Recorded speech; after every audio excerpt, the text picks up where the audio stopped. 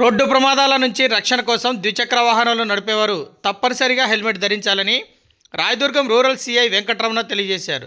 బుధవారం సాయంత్రం గుమ్మగట్ట మండలంలోని గొల్లపల్లి రోడ్, గుమ్మగట్ట మండల కేంద్రంలో వాహన తనిఖీలు చేపట్టారు. Rash driving, triple riding, number లేని పలువురు వాహన రైడర్లకు జరిమానాలు విధించారు. రోడ్డు భద్రతా నియమాలు తప్పనిసరిగా పాటించాలని, క్షేమంగా గమ్యస్థానాలకు చేరాలని అవగాహన కూడా కల్పించారు.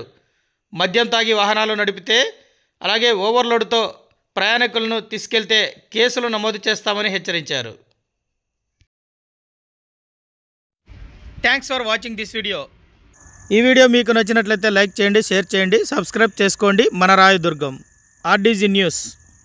మా లేటెస్ట్ న్యూస్ అప్డేట్స్ కోసం నోటిఫికేషన్లు రావడానికి బెల్ బటన్ని యాక్టివేషన్ చేసుకోండి.